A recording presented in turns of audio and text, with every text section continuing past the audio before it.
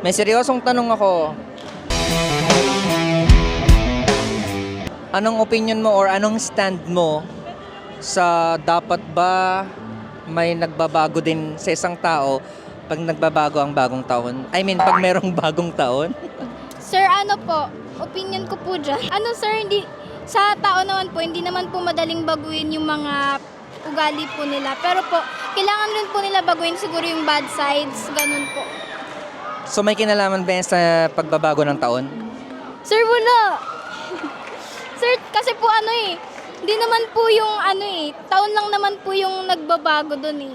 Pero may follow-up question ako. Bakit ganun yung kultura ng tao? Na pag bagong taon, bago dapat may babaguhin ka. Bakit napasok yung ganung kultura? Siguro sir, nakasanayan na rin po nila kasabihan ng matatanda. Okay, yeah. Kasabihan. Okay, sige. Thank you. Ilang taon ka na? 17 po. 17, grade 12? 17, grade 12. Tapos pati yung height? Sir, grabe ka naman.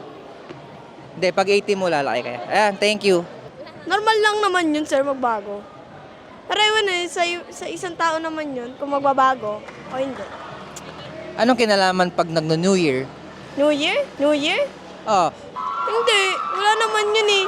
Sa kanila na yun, parang bakit sabi mo kanina hindi naman, walang kinalaman yung bagong taon? Bakit may ganong kultura? Saan nag-start? sasabi-sabi lang yun, sir. Sabi-sabi. Sabi-sabi. Sabi-sabi lang yun. Ako nga tumalon ako ng New Year, hindi nga ako tumangkad. Huwag ka magalit. Ilang taon ka na? 18, sir. Depende yun sa tao, sir. Kapag pag nagbabagong taon, depende sa kanila kung magbabago. So walang kinalaman yung pagbabago ng taon? Wala, sir. Sabi-sabi lang yun. Sabi-sabi. Bakit nga nag-start yung sabi-sabi niyan? Kasi, Sa mga tao-tao lang din. Meron nga yun, sir, yung pag tumalon ka daw, di ka naman tumangkad. Tumalon naman kami, di kami tumangkad. pag tumalon ka, ayun kasi medyo nakakatawa yun. Medyo pangpabuhay lang ng vibes ng tao. Pero yung kasi, yung magbabago ka kasi bagong taon na may babaguhin ka, medyo may katotohanan eh. Pero, depende sa tao. Yun, sir. Bakit nasa kultura? Kasi sabi-sabi. Ilan taon ka na?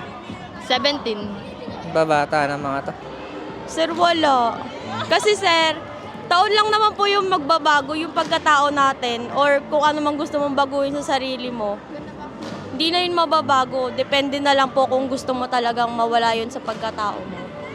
So, hindi kailangan ng New Year. Opo. Parang di naman po kasi totoo yung New Year resolution. Taon lang po yung lumilipas, pero hindi naman nagbabago lahat. Okay. Ilang taon ka na pala muna? Ano, sir? 18 po. 18, so right age na.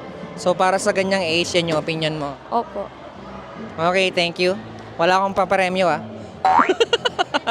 Anong stand mo at opinion mo dun sa pagbagong taon, pag nagbabago ang taon, may binabago rin dapat sa tao? Ano ulit, sir? Ano? Rewind. Ano yung stand mo or opinion mo dun sa pagbago daw ang taon? Kailangan meron din binabago sa tao. May binabago ka, may gusto kang baguhin. Anong stand mo? Anong opinion mo dun? Siyempre, sir, kailangan natin mag-improve taon-taon. Siyempre, may pag, di ba, alam mo, ngayong taon, may hindi ka nagagawa. Di ba, pagkakamali, ganun. Kung may siyempre, may pagkakataon, next year, ayusin mo na. So, ang sagot dyan, Improve. oo. So, pag nagbago ang taon, kailangan meron kang baguhin, pero papuntang improvement. Tama ba? Siyempre, sir, improvement. Nice one. So there you have it, guys. Napakagaling ng mga teenage natin ngayon, no? So sa mga age na ganun, alam nila yung mga dapat gawin at iniisip. So walang kinalaman ang bagong taon sa pagbabago ng mga dapat baguhin. Especially we are referring here sa mga pangit na pangyari. I mean, pangit na asal ng tao. Okay, mga atichona. Okay, at dun sa kabilang banda naman, meron din nakapagsabi na, yes, pwede kang magbago in a way na papunta pataas. Improvement ba? Ang dami ko pa dapat batang hahanapin, pero nasatisfy ka agad ako dun sa mga una kong natanong.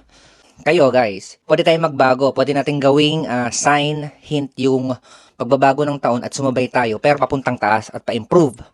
Okay? At doon naman sa may mga hindi kagandahan ng ugali, huwag natin gawing sign yung pagbabagong taon para magbago rin tayo. Anytime, you can do things to change kung gugustuhin mo at kung gusto mo talaga maging mabuting tao. Okay, napakasarap maging mabuti at maging maayos na tao. Pahabol Happy New Year ulit sa inyong lahat.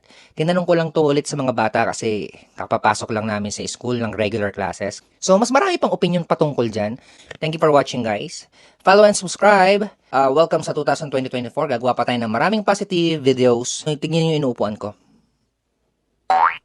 Ginagawa mo. Bye, guys. Thank you.